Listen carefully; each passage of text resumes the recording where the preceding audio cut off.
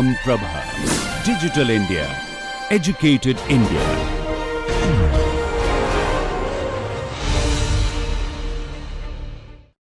So in the previous class, we were learning about Charpit's method, and we solved some examples. We also started to look into some very special type of equation where you can apply the Charpit's method. So we looked into type 1 and type 2.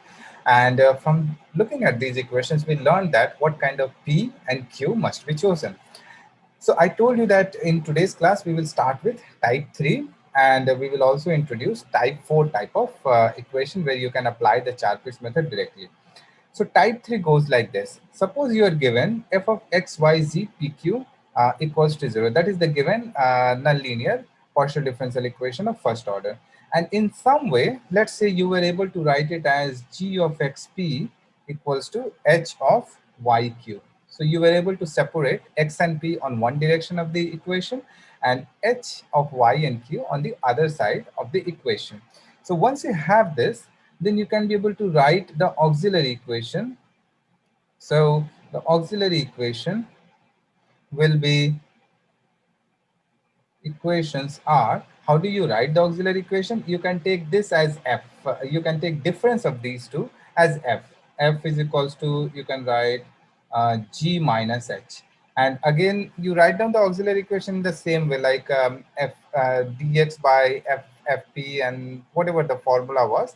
And there you can be able to see that your auxiliary equation has now transformed into something like this. Dx by gp is equals to dy by minus of hq is equals to dz by pgp minus qhq is equals to dp by minus of gx is equals to dq by hy. All right. Now from here, you can see that if we take this fraction and this fraction, yes. So if I take my first and fourth fraction, so first and fourth fractions, then it will give you gx times d of x plus gp times d of p equals to 0. And therefore, this will give you gxp. Now you can integrate because here you have only a function of x, here you have only a function of p. So g of xp equals to a. And similarly, if I take this fraction and this fraction, then I will be able to obtain g of yq equals to h of yq equals to some constant a. So we are saying both of them, um, we are taking both of them as a. And now what we can do, from g of xp and h of yq, I can determine my p in terms of a and x, and I can determine my q in terms of y and a. So from here I can be able to solve for p, that is some g of x comma a, and here I can solve for q, which is some h of y comma a. And therefore our formula, which is dz equals to p dx plus q dy, dz equals to p dx plus q dy, I can substitute this as g of x comma a times d of x plus h of y comma a times d of y, and this side is dz. So now you have a function of x, entirely a function of x. Here you have entirely a function of y. So these two can be integrated very easily, and therefore you can calculate the solution z. So from here, just integrate and plus some constant b, and that will give you the required solution.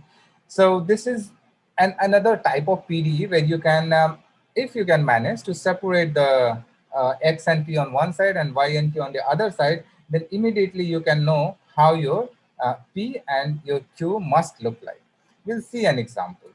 So suppose we have p square plus q square equals to x plus y, and we are asked to find out the complete integral. So the problem says find the complete integral of this PD.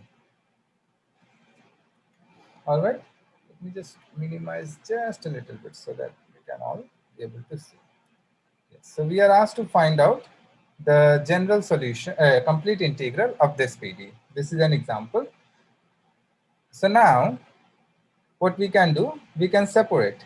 We can separate, and here we will get p square minus x equals to q square minus y minus q square. So we can write it as y minus q square. Now this falls under the category of, as you can see, g of xp and h of yq under this category.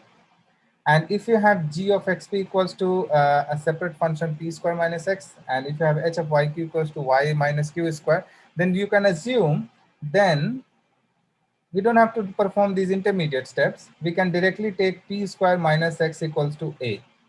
And from here we will get p is equals to square root of a plus x. You can have plus minus, that's not a problem. I can just put plus minus, it's not that much problematic. Or sorry, and you can also take, if I'm taking p square minus x is equals to a, then the same a will be equals to y minus q square.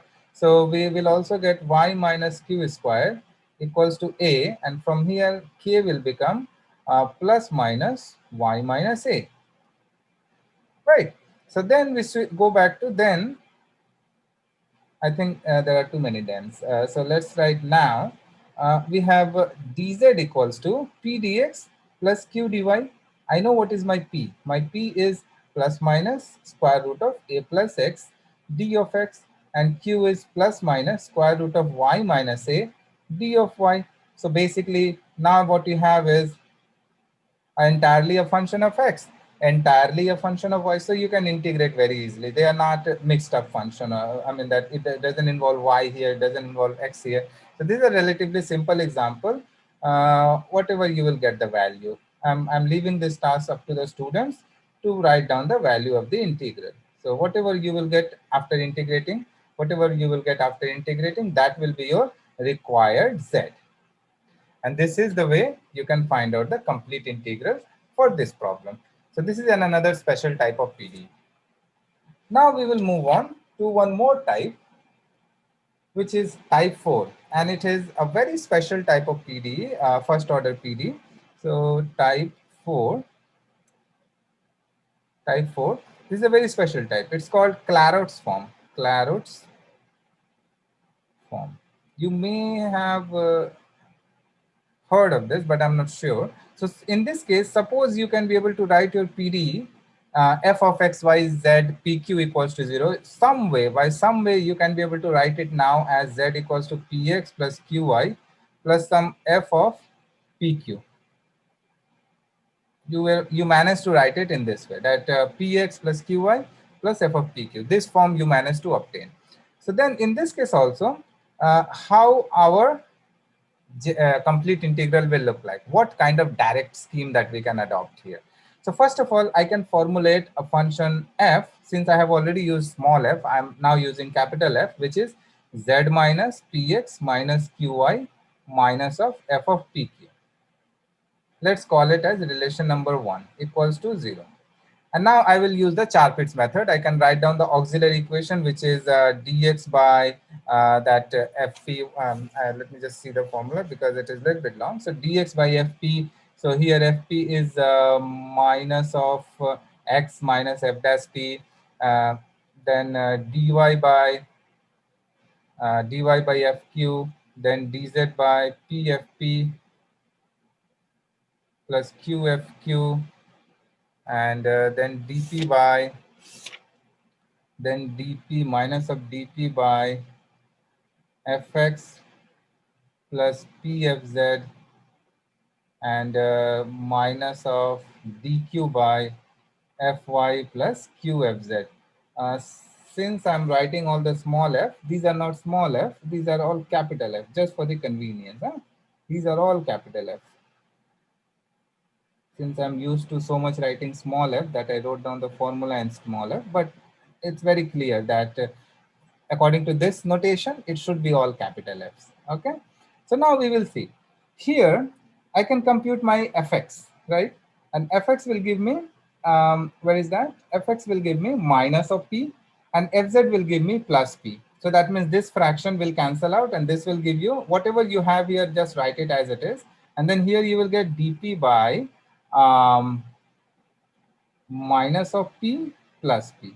And here you'll have minus of dq by fy. Fy is minus of q plus q. So the last two fractions, it is dp by 0 and dq by 0. So from last two fractions,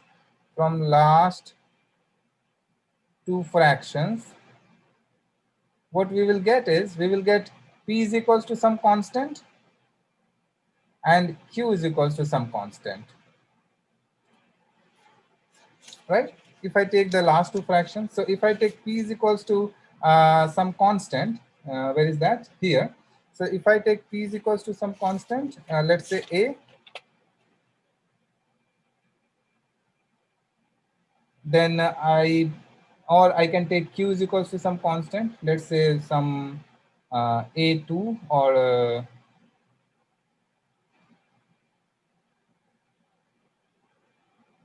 yes, so we can take q is equals to some constant, which is let's say some b. Okay, so now I will go back to the equation 1. So from equation 1, we will have z equals to ax, because our p is 1, p is a, and q is b, so by plus f of ab, and this is a required general solution. So that means when you have a Claret's form, then you don't even have to do anything actually. So you can directly write down the general solution. Let me show you one example. So in this example, find the complete integral, complete integral of, what is the equation? Z equals to px plus qy plus log of pq. As you can see, z equals to px plus qy, falling into the first two term into this category, and then log of pq, which is a function of p and q. And therefore, the solution is the required complete integral. What you have is z equals to ax plus by plus log of ab, where a and b are arbitrary constant. This is the required complete integral. In Claret's form, you can directly write down the solution without thinking of any other possibility. You just have to recognize the form. Sometimes you may have to work a little bit to obtain this form. The equation may not be given in that straightforward manner. We'll see one example.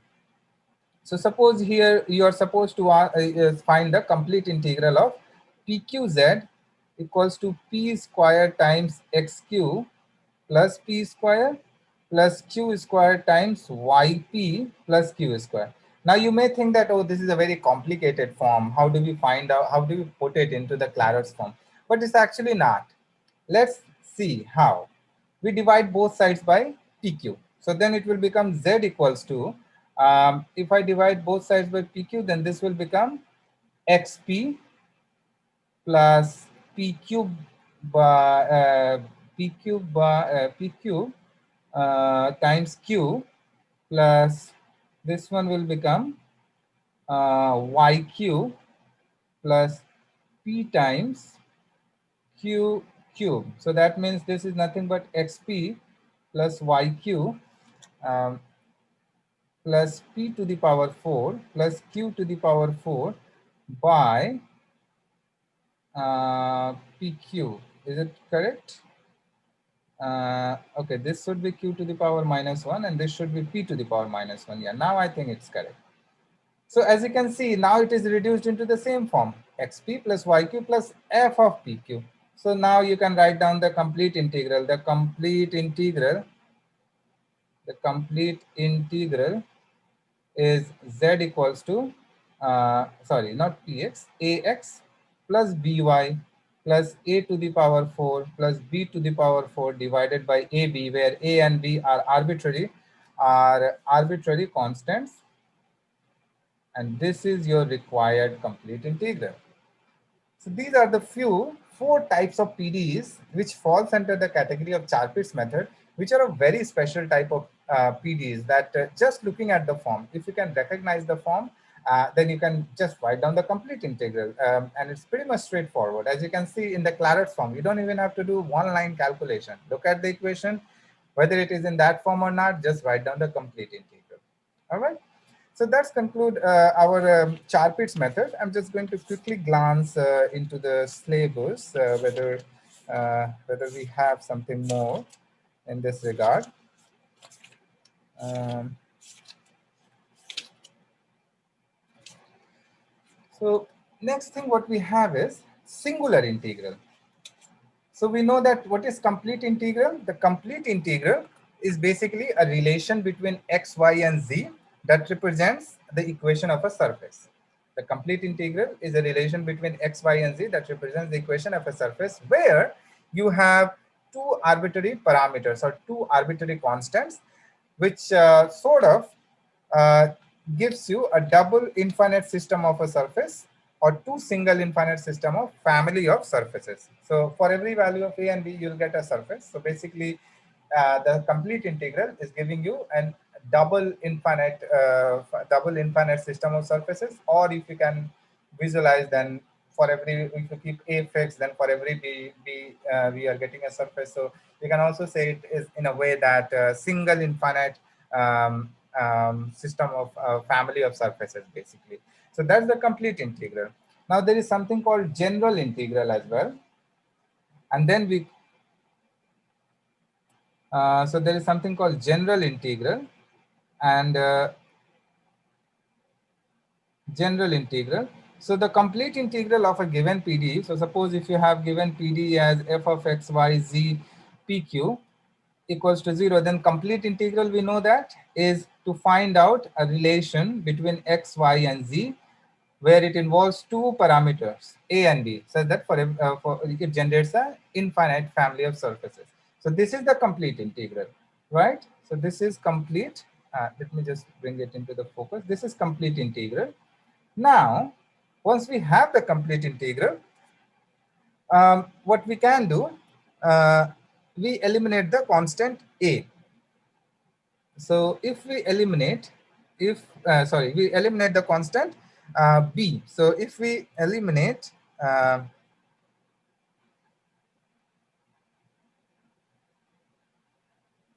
so a general integral is obtained. So if we, let me put a nice language here. So a general integral is obtained,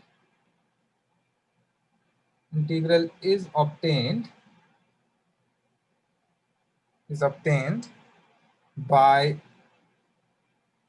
eliminating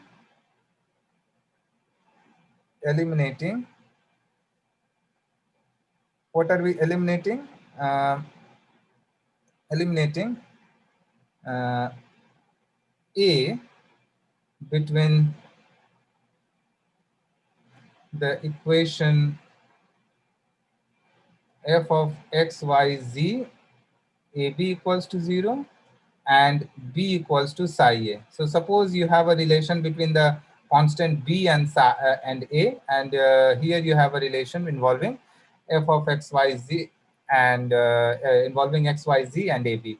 So from these two relations, if we can manage to eliminate the constant, where psi is any arbitrary function, of course, if we can manage to eliminate the constant a, then in that case, we can say that it's a general integral. And the third type is singular integral. Singular integral. So of course, there is in case of general integral, there will still be a relation between the constant b and a. It's just that using this b is equals to psi a and this relation, we are eliminating the constant a, and that is where we are obtaining the general integral. Now, singular integral is to the singular integral is it is obtained. So let me write it in this way. It is obtained by eliminating a and b, both the constants a and b from this relation. So by eliminating a and b, we might as well call it as relation number 1. By eliminating a and b from 1 by using del f del a. So by using del f del a equals to 0 and del f del b equals to 0. So if we use this relation del f del a equals to 0 and del f del b equals to 0, then we can be able to obtain the singular integral.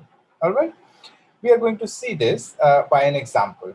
So suppose here we are asked to find out the complete integral and the singular integral of this PD 2xz minus px square minus 2qxy plus pq equals to 0. All right. So obviously we can put it into the form as f of xy z pq equals to 2xz minus px square minus 2qxy plus pq equals to 0. That's our given first order PDE. We call it as relation number 1. Then obviously from here, our first aim is to formulate the Charpit's auxiliary equations. So the Charpit's auxiliary equations, we already know the formula that dp by something, then dq by one particular term, then so on. We just the way we proceed.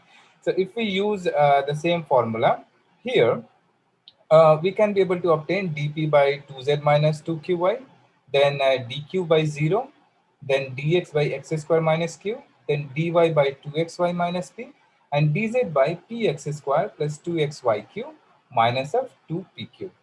All right. So now that we obtained this auxiliary equation, I name it as relation number 2. So from the second fraction, it's pretty much, let me go to the second fraction. So from the second fraction, it's pretty much apparent that if you take this one, then dq is equals to 0, because 0 will be multiplied via cross multiplication, and you will always get dq equals to 0. So from here, what we will obtain upon integration, we will obtain q is equals to a, where a is any arbitrary constant. All right. So that's what we got. We call it as relation number 3. Okay. Now we will use this information. We will use this q is equals to a information in the equation number 1 to obtain the value for p. So that's what we are doing. We are going to use the value of q as q is equals to a in the equation number 1, and then we obtain the value of p, which is pretty much straightforward. As you can see, you substitute q is equals to a here and a here. So then in that case, it will become 2x z minus ay divided by x square minus a. I'm just going to quickly verify whether we are obtaining the same formula or not. So I substituted q is equals to a.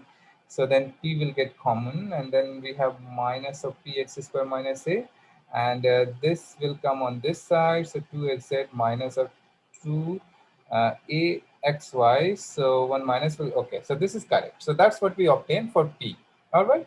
Now we will use the value of p and the value of q in our usual formula of dz equals to p dx plus q dy. All right.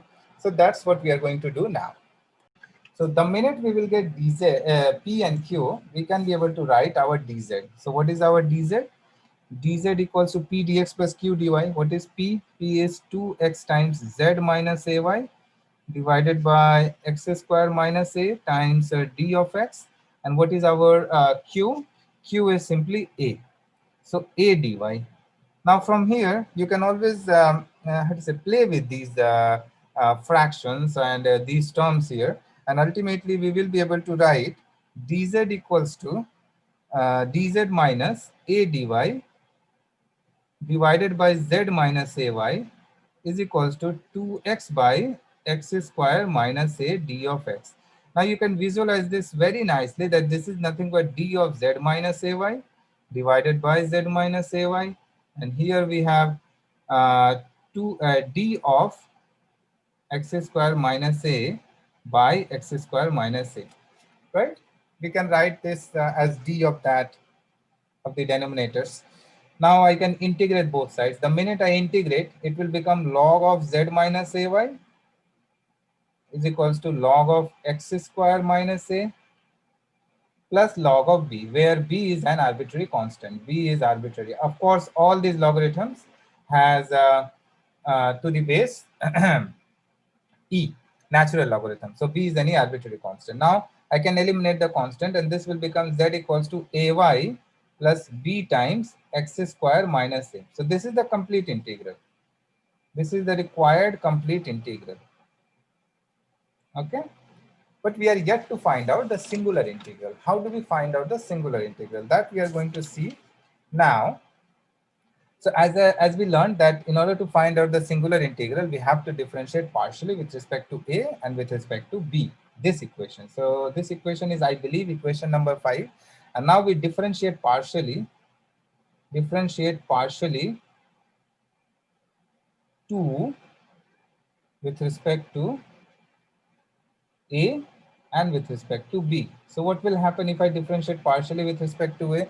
It will become 0 equals to a times, so this is y, sorry, y plus y minus b. And if I differentiate the same relation partially with respect to b, then it will become um, 0 equals to x square minus a. So from here I can write y equals to b, and x square equals to a. So I got the value of a, I got the value of b. Now I will go back to equation 5 again. So from 5, what do we have? We have z equals to ay.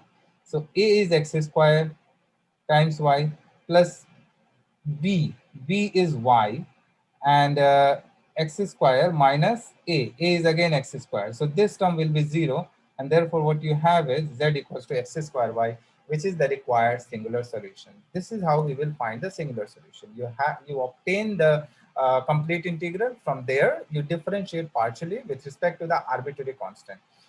Here I have used a and b. You can use alpha and beta. Then you differentiate with respect to alpha partially. You differentiate partially with respect to beta, and substitute back. Solve for a and b, of course, and then substitute back in your complete integral, and that will give you the required singular integral. All right. Um, that's one example. I think the concept of complete integral and singular integral should be clear by now. Now, we are going to solve. So for example, another example, but I will not solve it in detail. I will solve only some major steps of this example, and I expect all of you to solve this problem by yourself. So I'm just going to write down the problem. So find the complete integral, find the complete integral, general integral, and singular integral,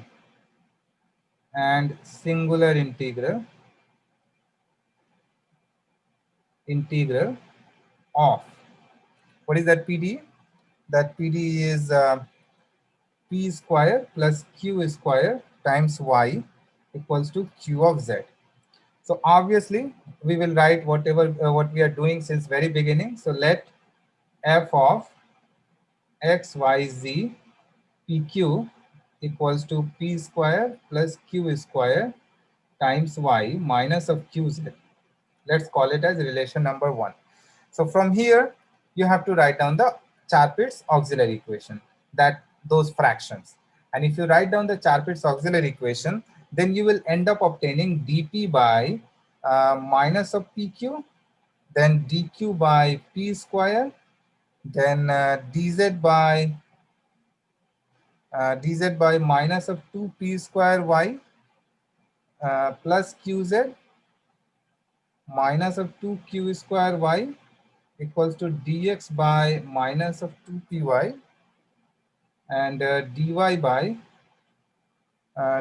minus of 2qy plus z. This is relation number 2. So that's your Charpit's auxiliary equation, minus of 2qy plus z. I would also like you to verify whether the calculation which I'm doing is correct or not. Sometimes I'm prone to do some very minor mistakes. So I would like you to take care of those things before you copy paste. Now, from here, you take, I'm leaving this task up to you. You take the two fractions, first two fractions, and then again to calculate the relation between P and Q, then you use that relation to calculate the value of Q. So you do all those things, take it as a homework or an exercise for you. And if you do that, then basically, first of all, you will obtain the very first relation between P and Q is P square plus Q square equals to A. This will be your relation number 3. This you will get from the auxiliary equation. And if you use this relation from the given PDE, then you will obtain Q is equals to A square Y by Z. This is your relation number 4. This will come from your equation 1 itself. And again, from equation 1 itself, we will get from 1, from 3, we will get the value of P as A minus Q square root. So A minus Q square, so P is basically A square, A minus Q square. So this is nothing but,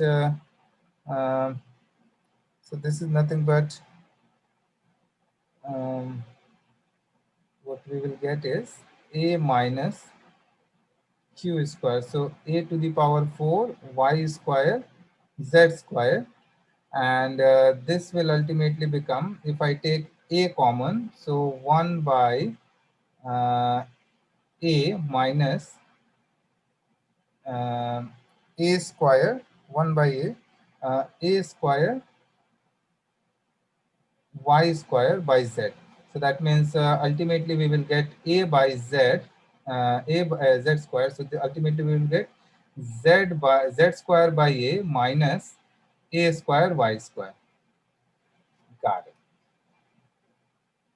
All right. So that's what we will get from relation number 3. And now we can substitute the value of P and Q in our DZ.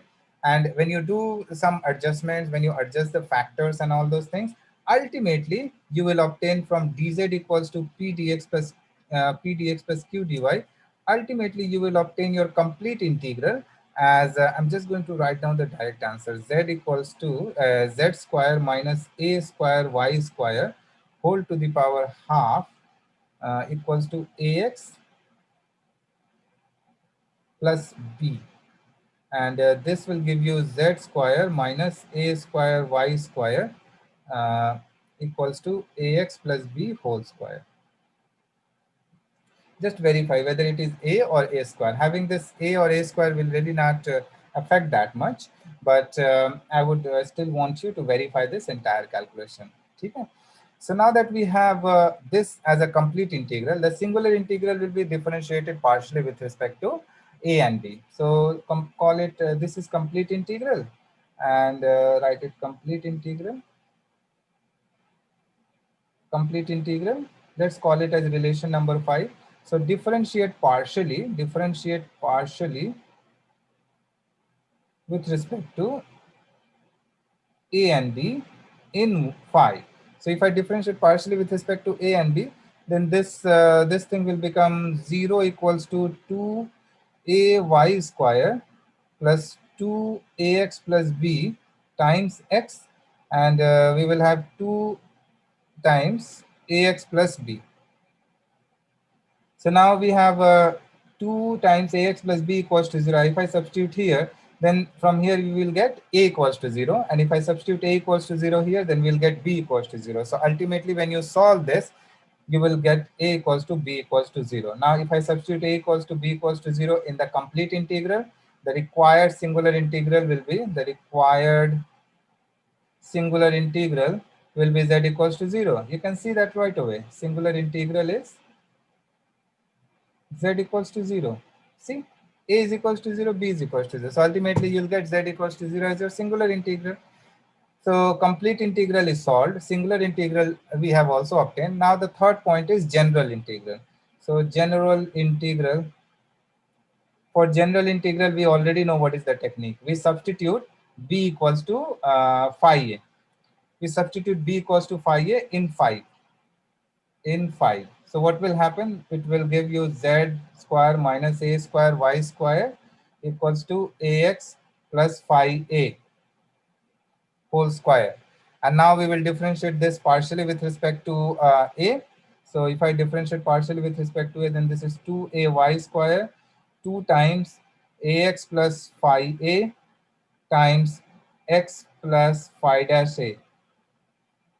Let us call it as relation number 6. And therefore, the required solution the required, I'm sorry, this is not coming into the picture. So the required general solution, the required general solution, general integral, sorry, the required general integral is obtained, the required general integral is obtained from 5, sorry, um, from this one. So I have not called, so call it this one as 6 and this one 7. So from 6 and 7 by eliminating A, by eliminating A. Of course, eliminating A, it will not be a straightforward task because we don't know this relation. So it could be B is equals to A square. So you substitute B is equals to A square and then try to eliminate that A. And after eliminating that A, whatever you will obtain is basically your general integral.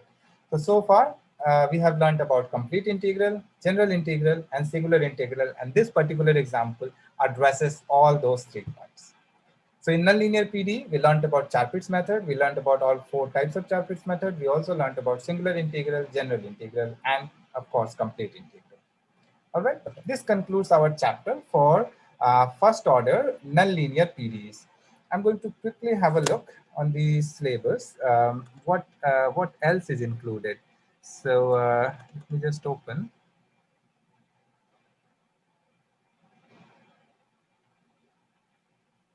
Okay, so I think I have covered pretty much all the topics in first order PD. Now I will move on to second order PD.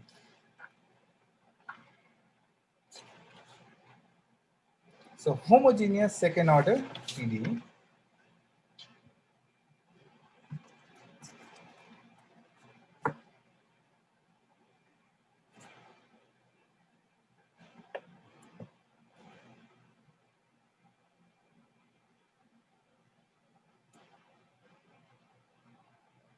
So a general PD of order, let's say of second order, basically I can introduce nth order PD, but our intention is to limit ourselves to second order PD. So second order PD with constant coefficients. Second order PD with constant coefficients, with constant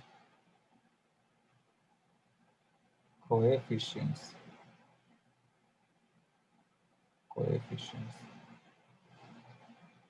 So suppose you are given a PD of type, I don't know, A0 del square z by del x square plus A1 times del square z by del x del y plus A2 times del square z by del y square equals to plus some B0 times del z del x plus B1 times some del z del y plus C times Z equals to some function of X and Y. So first of all, this type of PD, a second order PD, will be called homogeneous if the partial derivatives that are occurring are of same order. So here you can see the partial derivative is of order 2. Here also partial derivative is of order 2. It doesn't matter whether it is taken with respect to y and then with respect to x. Even though it is a mixed order derivative, since it is a second order PD, we have to make sure that all the partial derivatives that are occurring in this form must be of same order. So that means in this case, since you have first order derivatives, that means it is not qualifying into the homogeneous PD. So for this equation to be a homogeneous PD, all the partial derivatives must be of same order. So that means in that case, your B0 must be 0, your B1 must be 0, and that's how your this C of Z, that C must be 0. So basically, in that case, you will obtain the homogeneous PD. So a homogeneous PD will look like more of A0 times del square Z by del X square plus A1 times del square Z by del X del Y plus A2 times del square Z by del Y square equals to some f of xy. That means all the partial derivatives must be of same order. And if the partial derivatives are not of same order, that means if one of them is of higher order or if one of them is of lower order, if it is higher order, then it's a partial derivative of order 3. But if it involves a lower order derivative, then in that case, it will become a non-homogeneous PD. All right. Homogeneous means everything is uniform, everything is homogeneous, more like you have second order everywhere. And when it is non-homogeneous, then you have second order, first order, and so on. So if it is a third order PDE, then all the partial derivatives involved here must be of order 3. It cannot be of order 2. And if it is containing a term of order 2, then it will become a non-homogeneous PDE. All right. So then there is a very some technique, some notations. So there are some notations that I would like you to be familiar with. So notations, they are so the notations. So first of all, capital D is basically your del Z del X, and capital D dash is basically your del Y. So what we used P, which is D of Z, is actually del Z del X. And what we used Q, which is D dash of Z, which is del Z del Y. Similarly, if I write D square, then this is nothing but del square by del X square. And if I write D dash square, then this is del square by del Y square. I hope it is visible. And if I write D dash, then this is del square by del X del Y. Or if you write D dash D, then it is del square by del Y del X. Okay. So that means there are 3 more notations, which is R equals to del square Z by del X square, S equals to del square Z by del X del Y, and T equals to del square Z by del Y square. So there are 3 more notations that I would like you to familiar with. We already learned what is P, what is Q, but now they will be denoted by capital D and capital D dash. Then there are 3 more notations R, S, and T, which are denoted by D square, D dash square, and DD dash. DD dash is basically the mixed derivative. All right. So these are the few terminologies that we will use in the second order partial differential equation with constant coefficient.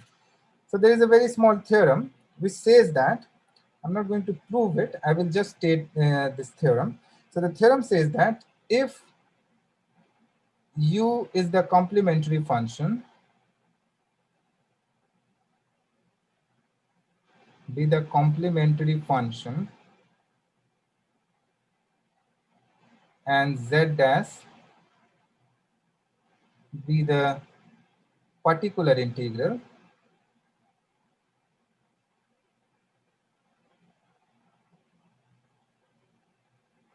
of a linear partial differential equation. Of course, they has to be linear. I didn't mention that there is a square of this one. So if it is a square, then this is not a second order linear partial differential equation. So second order, let us put another term, linear. This is very important. Second order linear partial differential equation. So of a linear partial differential equation, here now you can visualize this as A0 d dash square z plus a1 d dash z plus a2 d dash square z equals to some f of x y. We can also shorten this notation by writing f of d dash of z, where z is being operated on this operator, where f of dt dash is operated on this function, on this variable z, equals to f of x y. And then u plus z dash is the general solution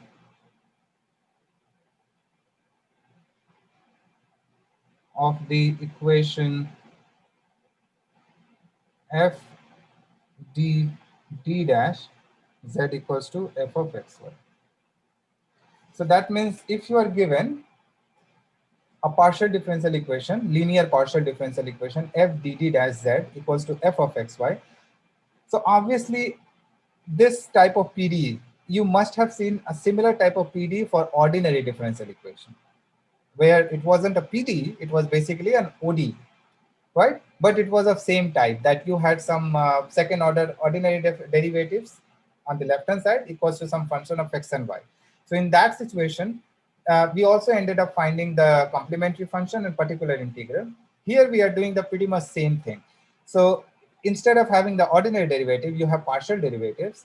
and this is nothing but your FDD dash. I'm denoting it by FDD dash, where FDD dash is A0 D square plus A1 DD dash plus A2 D dash square. So FDD dash Z equals to f of xy. So I'm saying if u is the complementary function of this differential equation, if Z dash is the particular integral of this differential equation, then their sum u plus Z dash is the general solution of the PDE of this equation. U plus Z dash is the general solution of this equation. That's the claim. Okay, and it can be proven. You can also see in some textbook where it is being solved. The textbook which I have also mentioned time to time. However, this result is important, that when you have a second order partial differential equation of this type, we have to find out the complementary function. We have to find out the particular integral so that we can write down the general solution, which is u plus Z dash. We'll see one example.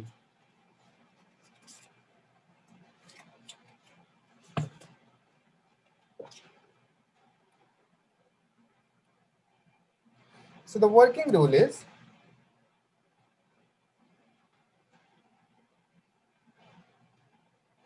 so how to find out the complementary function? So to find the complementary function,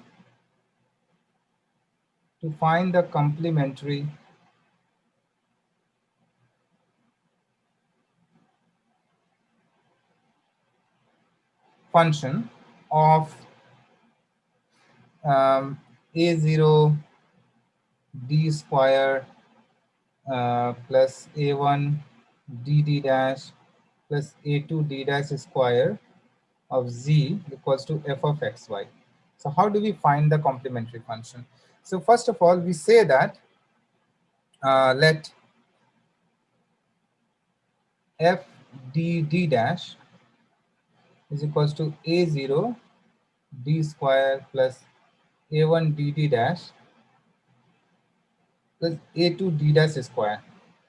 In some way, we managed to factorize it by D minus M1 D dash and D minus M2 D dash. Suppose we manage to factorize it. So if we manage to factorize this, then basically what we will have is, so if we manage to factorize this, something like D minus M1 D dash and D minus M2 D dash, then in that case, I can come back to this equation. Then we have D minus M1 D dash and D minus M2 D dash times Z equals to f of xy equals to 0. So basically, what we have is here that, let's call it as relation number 2. This one is relation number 1. So clearly, so where M1, M2, let's write where M1, M2 are constants. So we don't know what is M1, M2. We are just saying that they are constants. So clearly, the solutions of, since you have product of these factors, so for the complementary function, we take clearly the solution or the complementary, clearly the complementary function will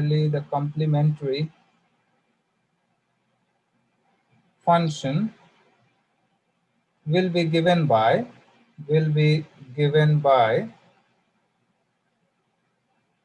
f dd dash z equals to 0.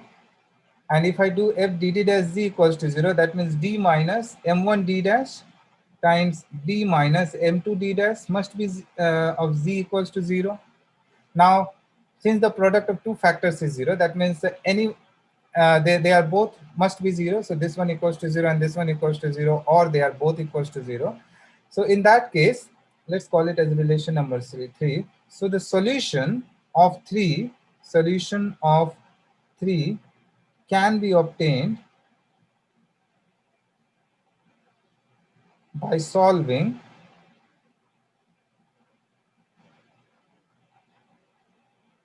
any one of the following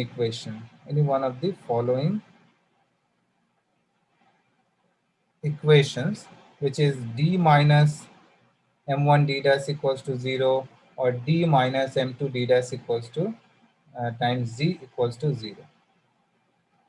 Because there will be some z. This one. Let's call it as relation number 4.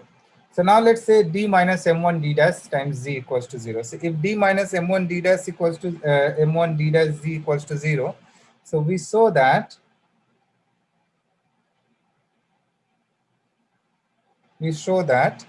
the general solution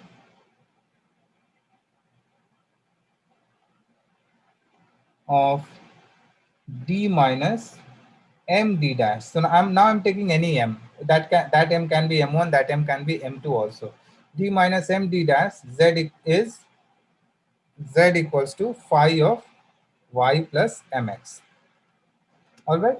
So obviously this general solution of this one will be phi of y plus mx, because note that what you have is d minus m d dash times z equals to 0. So if I break it down, then it will be del z del x minus m times del z del y equals to 0. Now this is a Lagrange's type equation. For Lagrange's type equation, the Lagrange's auxiliary equation is dx by p, which is 1, dy by q, which is minus of m, and dz by r, which is 0. From here, if you solve, then you will get z equals to some constant c1, and you will get y plus mx equals to some c2. And therefore, the required general solution of this PDE is the general solution of that PDE. Let's call it as relation number 6. So the general solution of 6 is z equals to phi of y plus mx, right? So z equals to phi of y plus mx. That is the general solution. So that means for this one, we will obtain z equals to phi of y plus m1x. For this one, we will obtain z equals to phi of y plus m2x, and so on. So therefore, what we can say is that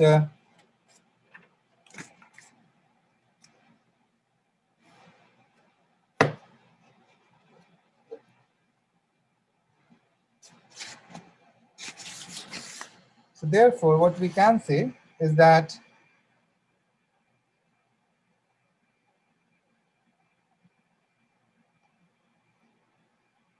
z equals to, so therefore we can say that z equals to phi of y plus m1x,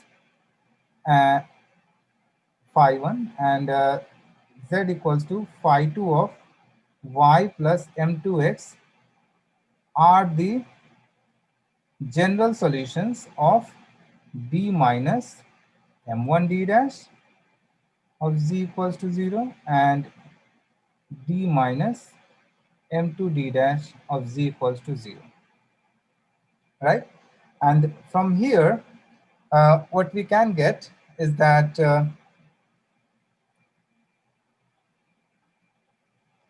so from here, what we can get is that the general solution of the given PD, what was the number of that given PD? That is one, that the complementary function, which is this one. So the complementary function, so the complementary function CF of equation 3 is Z equals to phi 1 of y plus m1x and phi 2 of y plus m2x, where phi 1 and phi 2 are two arbitrary functions. So phi 1 and phi 2 are two arbitrary functions. Okay, so phi 1 and phi 2 are two arbitrary functions. So this is how we write down the complementary function for the given PDE f dt dash z equals to f of xy. And how do we write this this auxiliary equation? So basically, when you are trying to find out the complementary function, so basically what we got is, so in the, so by doing the factorization, we obtained z equals to phi of y plus mx as the general solution, as the general solution of d minus md dash z equals to 0, right? So if I use this z equals to phi of y plus mx, since it was a solution for one of the factors, that means it is a solution of the original PDE, and therefore I can use this z.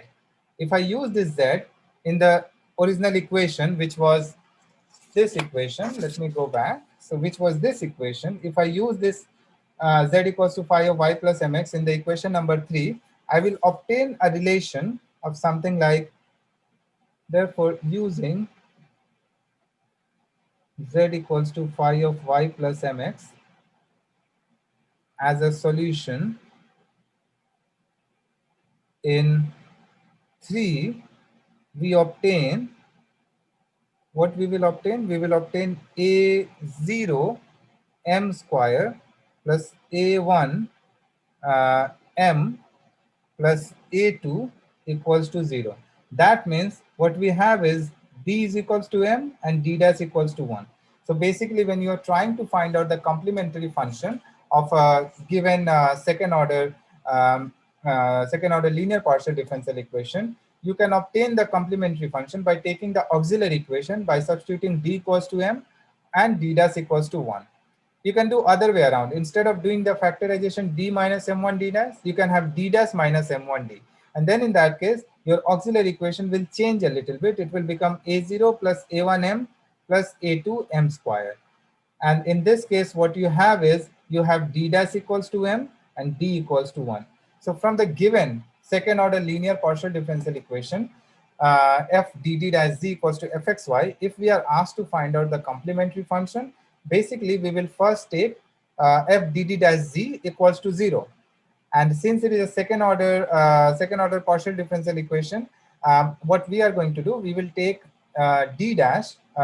So wherever you have d dash, you take it as m. So basically d dash is, wherever you have d, you take it as m, then it will become, first term will become m square, second term will become m times d dash. Now we take d dash equals to 1. So then it will become a1m and a2 is equals to 0. If you do the other way around, that means if you consider the factorization as d dash minus m1d, so then your auxiliary equation for the complementary function becomes a0 plus a1m plus a2m square equals to 0. So this is the way you find out. So from here you will get two values of m, m1 and m2. And this m1 and m2 will actually give you the complementary function as z equals to phi1 of y plus m1x plus phi2 of y plus m2x. If you obtain the distinct roots. If there are repeated roots, then your general solution will become, then your complementary function will become, for repeated roots,